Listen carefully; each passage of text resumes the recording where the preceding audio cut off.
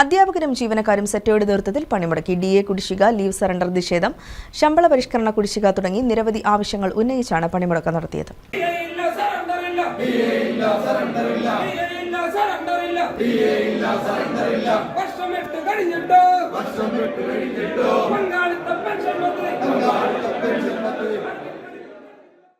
DA കുടിശ്ശിക, leave surrender നിഷേധം, ശമ്പള പരിഷ്കരണ കുടിശ്ശിക തുടങ്ങി 65,000 കോടി രൂപയുടെ ജീവനക്കാരുടെയും അധ്യാപകരുടെയും ആനുകൂല്യങ്ങൾ തിരികെ നൽകുക, പങ്കാളിത്ത പെൻഷൻ പദ്ധതി പിൻവലിച്ച് സ്റ്റാറ്റ്യൂട്ടറി പെൻഷൻ പദ്ധതി നടപ്പിലാക്കുക, 12ാം ശമ്പള പരിഷ്കരണം നടപ്പിലാക്കുക, മെഡിസെപ് സർക്കാർ സഹായത്തോടെയും കുറ്റമറ്റ രീതിയിലും നടപ്പിലാക്കുക, പൊതുവിദ്യാഭ്യാസ മേഖലയിലെയും ഉന്നത വിദ്യാഭ്യാസ മേഖലയിലും പ്രശ്നങ്ങൾ പരിഹരിക്കുക തുടങ്ങിയ ആവശ്യങ്ങൾ ഉയർത്തിക്കൊണ്ടാണ് state employees and teachers association സെറ്റോയുടെ നേതൃത്വത്തിൽ സംസ്ഥാന വ്യാപകമായി പണിമുടക്ക് നടത്തിയത്. പണിമുടക്കിന്റെ ഭാഗമായി കോതമംഗലം താലൂക്കിൽ പണിമുടക്കിയ അധ്യാപകരും ജീവനക്കാരും മിനി സിവിൽ സ്റ്റേഷനിൽ പ്രകടനവും സമ്മേളനവും നടത്തി. സംയുക്ത അധ്യാപക സമിതി ജില്ലാ ചെയർമാൻ അജിമോൻ പൌലോസ് ഉദ്ഘാടനം ചെയ്തു. സെറ്റോ താലൂക്ക് ചെയർമാൻ AY എൽദോ അധ്യക്ഷത വഹിച്ചു. കൺവീനർ രാജേഷ് പ്രഭാകർ, സെറ്റോ നേതാക്കളായ Abins Kareem, Murali Kanishamparambil, Shailaja Shivan, Anthile Aliyar Sahib, Bebin Kakkanatt, Aji P Thomas, Shiju Paul, Paulson Thomas, Bijesh M, Suma KR, Biju MK, Joy Paul തുടങ്ങിയവർ നേതൃത്വം നൽകി.